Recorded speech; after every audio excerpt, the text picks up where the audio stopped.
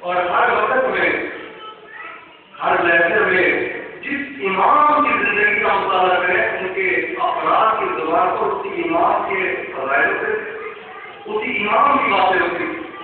کائنات کے ابھی کے زمانے میں کوئی آج امام حسن کے اصحاب کی زبان پر امام حسن کی آواز، مولا حسین کے اصحاب کی زبان پر مولا حسین کی آواز، سید سجاد کے اصحاب کی زبان پر دعاؤں کی صورت میں سید سجاد کے فراہمی، امام محمد باقر امام جعفر صادق علیہ السلام کے دور میں تمام صحابہ کی زبان پر قال الباقر قال الصادق، امام موسیٰ اعظم علیہ السلام کے دور میں انہیں کے ذکر انہیں کی دعاؤں کا تذکرہ، امام رضا کے دور میں انہیں کی ولی عہدی کا تذکرہ، ہر دور میں اسی امام کا تذکرہ ہوا اور ہر طریقے کی بیٹی جس معصوم کے دور میں ہو اسی معصوم کا تذکرہ.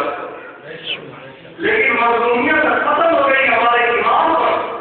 کتنے اچھے ہوتے ہیں، کتنی جگہ ذکر ہوتا ہے مولا، لیکن کوئی مولا کا تعارف کرانے والا نہیں، مولا کا بتانے والا نہیں تمہارا امام ہے کون، تمہارے امام کی منزلت کیا ہے، تمہارے امام کا مقام کیا ہے. قسم خدا اگر ان ممبروں سے امام زمانہ کی تصدیق کی جاتی تو یہ آپ ضرور امام کی طرف راغب ہوتے. ایک سوال پڑھنے محمد والے محمد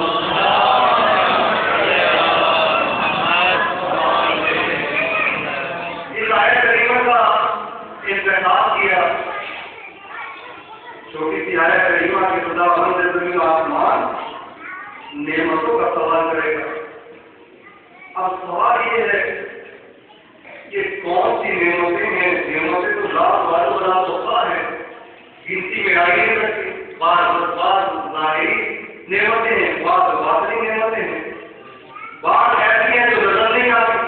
وہ بیچتے ہیں جو انسان کو قدم قدم پہ ٹھوکر لگنے سے بچاتے ہیں، وہ چیزیں ہیں جو انسان کو گرنے سے بچاتی ہیں، وہ حشرات ہیں جو انسان کو نظر نہیں آتے. نعمتیں ہوتا ہے اتنا مہربان ہے تو خالق جس نے ستھرا نعمت پہن کر اس زمین کے اندر ایسا ستھرا پہن کیا جس میں بہتے ہوئے دریا بھی ہیں، لہراتی کپڑے بھی ہیں، پھل بھی ہے، تمام چیزیں ہیں. ایک ٹکڑا زمین کا نہیں ہے، آسمان سے کبھی رحمت کی بارش ہو رہی ہے، کبھی کئی برف کی بارش ہو رہی ہے. اتنا مہربان خالق پوچھتا ہوا کہتا ہوا نظر آتا ہے کہ قیامت کے دن میں نعمت کا سوال کروں گا. اب نعمت ہے کیا، کس کو کہتے ہیں؟ نعمت تو ہر شے نعمت ہے. آنکھ نعمت ہے، کان نعمت ہے، زبان نعمت ہے، دل نعمت ہے. نعمت کی قدر اسی وقت ہوتی ہے جب نعمت ہاتھ سے چلی جاتی ہے. جب تک نعمت ہاتھ میں ہے انسان اس نعمت کی قدر نہیں جانتا. جب نعمت ہاتھ سے چلی جاتی ہے تب احساس ہوتا ہے کتنی ابھی نعمت کی. آواز چلی جائے کتنی مشکل سے اگر مل جائے پیسے پہ کتنی مشکل سے آگ ملتی ہے، لیکن وہ بھی نعمت نہیں رہتی. جو خالق نے دی ہے وہ آپ اور ہے، جو کسی ڈاکٹر لگائیں گے وہ آپ اور ہے. رابطہ کتنی نعمتیں دی ہے خالق نے. سارے کشاف اپنی تفسیر میں صراط الذین انعمت کی تفسیر میں کہتے ہیں نعمت سے مراد ہر وہ شے ہے جس سے انسان کو لذت ملے اسے نعمت کہا جاتا ہے. تو ہر اس شے کو نعمت کہا جاتا ہے جس سے انسان کو لذت ملے. اب اپنا اپنا ذوق ہے، اپنا اپنا ٹیسٹ ہے، کس شہر سے انسان کس شہر سے لذت ملتی ہے. اب کسی کو اگر پیسے سے لذت ملے پیسہ اس کے لیے نعمت، کسی کو گھر سے لذت ملے گھر اس کے لیے نعمت، کسی کو اولاد دیکھ کے لذت ملے اولاد اس کے لیے نعمت، کسی کو زیادہ مکانات دیکھ کے لذت ملے زیادہ مکانات نعمت، کسی کو بدبو سے لذت ملے بدبو اس کے لیے نعمت. یعنی اس کی تفصیل کے مطابق اب اپنا ریٹ ہے. آپ اسی طرح آ جائیں کسی کو نماز سے لذت ملے نماز اس کے لیے نعمت، کسی کو روزے سے لذت ملے روزہ اس کے لیے نعمت، کسی کو دعاؤں میں لذت ملے دعائیں اس کے لیے نعمت، کسی کو مولا کا نام لینے میں لذت ملے مولا کا نام اس کے لیے نعمت. یہ اپنا اپنا ریٹ ہے، اپنا اپنا انداز ہے کس طرح سے آپ کو لذت ملتی ہے. اور جانتے ہیں خداوند زمین و آسمان نے یہ اشارہ کیا جہاں پہ داؤد ہوا ہے داؤد اگر تم میرا ذکر نہیں کرے گا تو تم پہ سب سے سخت عذاب کروں گا. پروردگار کو سخت عذاب کیا ہے؟ آپ ان سے لذت نعمت سیکھوں گا.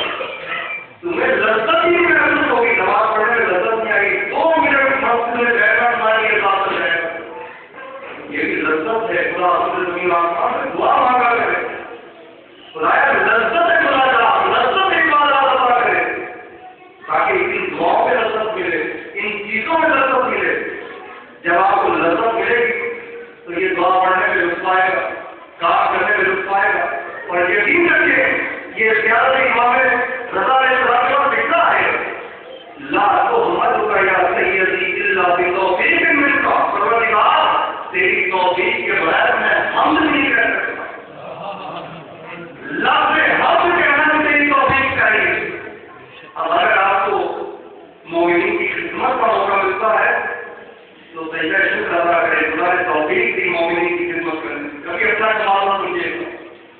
اگر مجلس میں بیٹھے ہیں تو خدا کی توفیق کا شکر ادا کرے کہ ہمیں توفیق ملی ہے ہمارے مجلس میں بیٹھنے کی۔ اگر نماز پڑھنے کی توفیق ملی ہے تو سجدہ شکرانہ ادا کرے کہ ہمیں نماز کی توفیق ملی، اور اگر نماز رہ جائے تو ضرور غور کیجیے گا کون سا ایسا گناہ ہوا کہ خدا نے لذت کی ملی، نہ نماز پڑھنے کی توفیق ملی، نہ دعا پڑھنے کی توفیق ملی۔ الحافظ یہ نعمتیں اور یہ ناموں کی لذت ہے۔ آپ مجلس حسین سے بیٹھ کر جب یا حسین رکھتے ہیں، جب ماتم کرتے ہیں، ان چیزوں میں لذت ہے۔ میں آپ کی طرف سے نہیں کہہ رہا، امام علی نبی علیہ السلام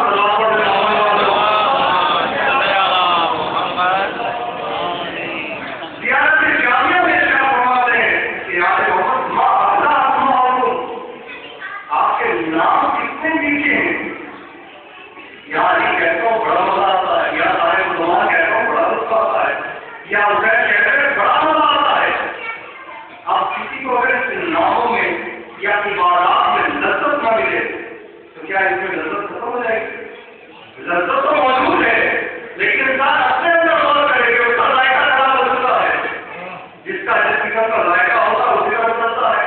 اب یہ آپ لذت نہ ملے تو اپنے ذائقے کو دیکھیں، ذائقہ کیوں خراب ہو گیا۔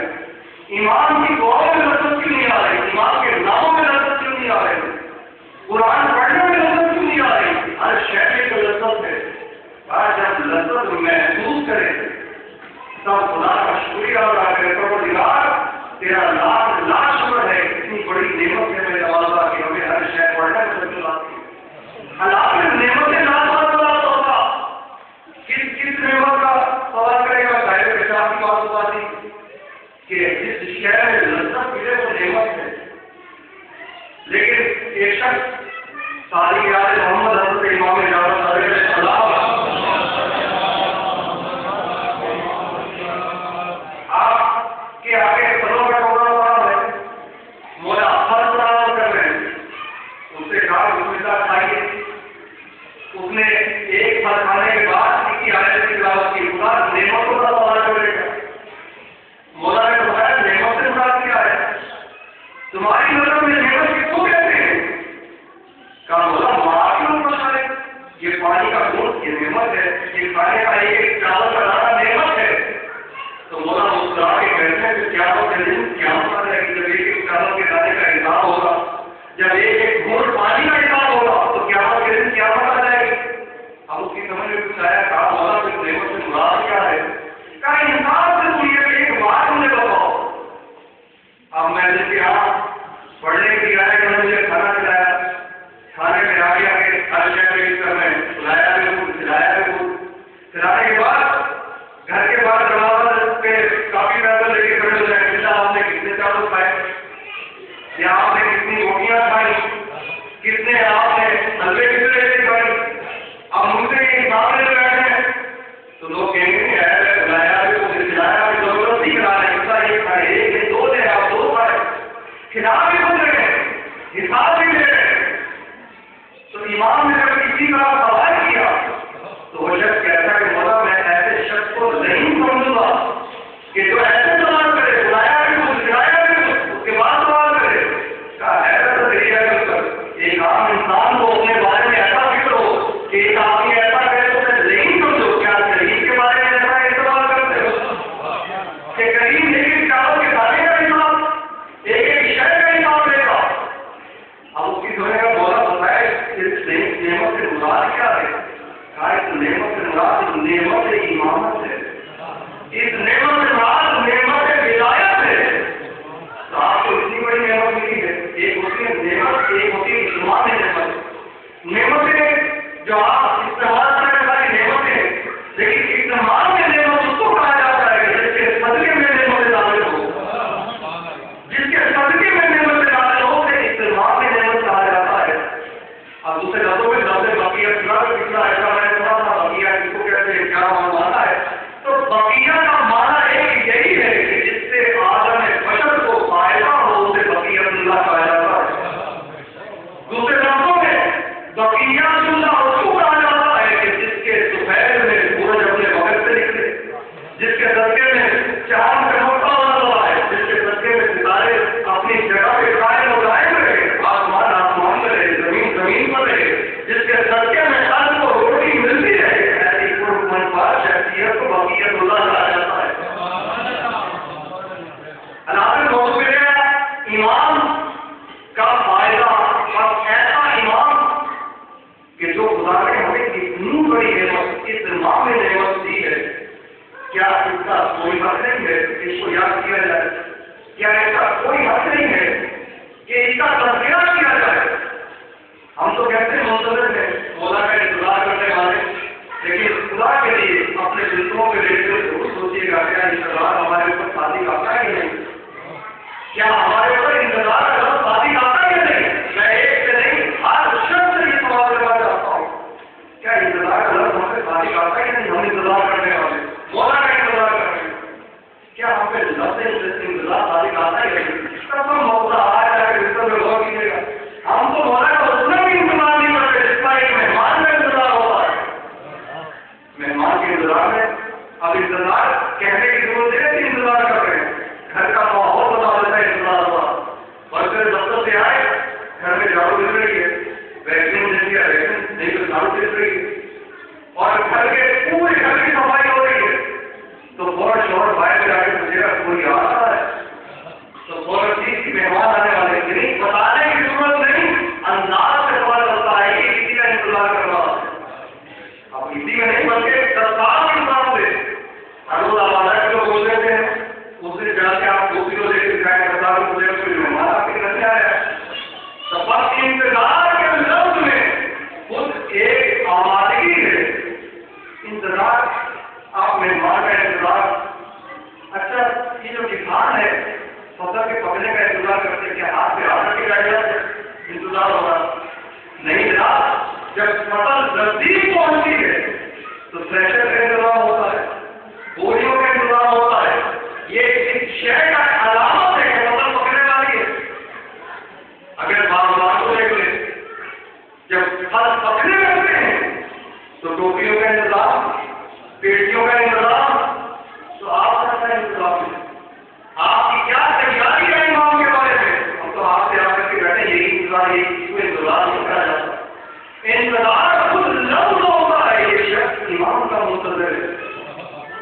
انتظار کرنے والا کوئی معمولی ہستی نہیں ہوگی، انتظار کرنے والے کے ہر پہلو سے انتظار کی بو آتی ہے، اس کی روایت کی ٹیونوں سے انتظار کی بو آتی ہے، اس کی ٹیونیں کوئی گانے کی ٹیون پہ نہیں ہوتی بلکہ اس کی ٹیونیں امام زمانہ کی لفظوں پہ ہوتی ہے کہ ساتھ بیٹھا ہوا سمجھ جاتا ہے امام کا منتظر ہے، اس کے گھر کے کمپیوٹر سے انتظار کی بو آتی ہے، وہاں میٹر ایسے نہیں ہوتے کسی فلموں کے لڑکی کے اس پہ کہیں جنرل سے مزید کرتی رہے، کہیں کارمین کی، کہیں کامران کی، انتظار کرنے والے کے گھر سے انتظار کی بو آتی ہے، انتظار کرنے والے کے گھر سے کیسی بو آتی ہے کہ کبھی اس کے گھر میں جائے، کبھی زیارت جانے یا دن کی تلاوت ہوگی ہو، کبھی دعائیں پہلے کی تلاوت ہوگی ہو، انتظار کرنے والے کے گھر کے ان کے بچوں کے کمروں میں انتظار کی بو آتی ہے۔ کیا بو آتی ہے جب اس کے بچوں کے کمرے میں جائے کہیں دوسری تصویریں نہیں، کہیں سامراج کی تصویر لگی ہوگی، کہیں کارمین کی تصویر لگی ہوگی، یہ ہے انتظار کرنے والا۔ اتنا نہیں، ہم نے کس بات کی علامت سے ہمیں ثابت کیا ہے ہم امام کے منتظر ہیں؟ کس بات کو ثابت کیا ہے کہ ہم امام کے منتظر ہیں؟ کسی بات جو انتظار کرتا ہے ایک مہینے کا رقص تو ضرور ہوتا ہے اس ہستی سے، ہمارا کس حوالے سے رابطہ ہے مولا سے کہ ہم مولا کے منتظر ہیں؟ آپ سے سوچ رہا ہوں، کیوں بتا رہا ہوں میں، ہم چاہنے والے ہیں کہتے کس کو ہے؟ جو ہم دعویٰ کرتے ہیں وہ محبت کیا ہے، اور جو پیغمبر نے محبت کا محبت کیا ہے، کیا ہم اس محبت کو پورا کرتے ہیں یا نہیں کرتے؟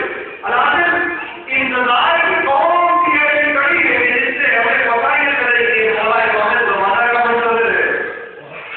کسی امام کی دور میں، کسی امام کے دور میں آپ کس پہلو سے انتظار کی خوشبو آتی ہے؟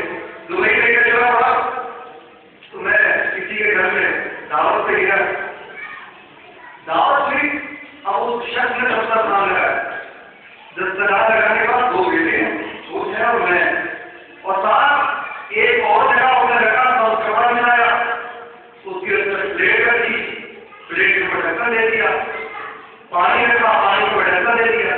میں نے کہا یہ 5 پلیٹ کس کی ہے؟ کسی اور مہمان کو بھی بلایا ہے؟ کہ نہیں، مولا کسی کا انتظار ہے، مولا کسی کا انتظار ہے۔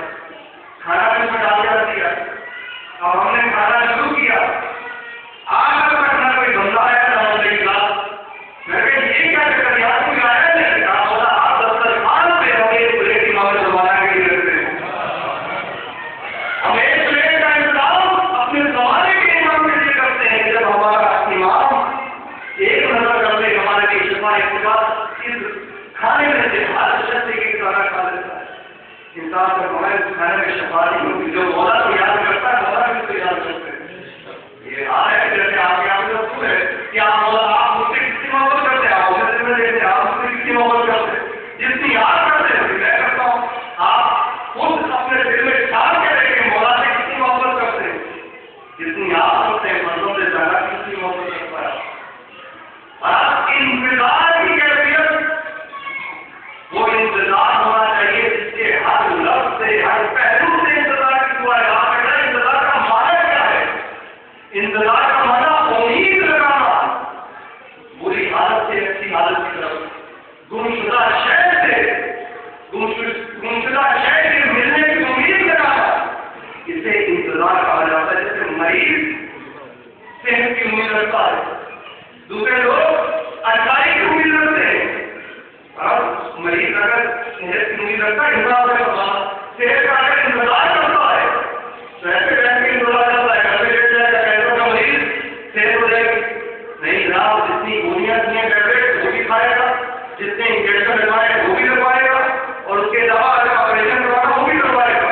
اسے کہتے ہیں انتظار۔ اگر آپ کو محفوظی کی امید ہے، اگر چاہتے ہیں مولا کی طرف سے شفا ملنا، اگر چاہتے ہیں مولا کا انتظار کرنا تو آپ کو پڑھی ہوئی ہے کہ نماز کا نزدیک کرنا پڑھنی پڑے گی۔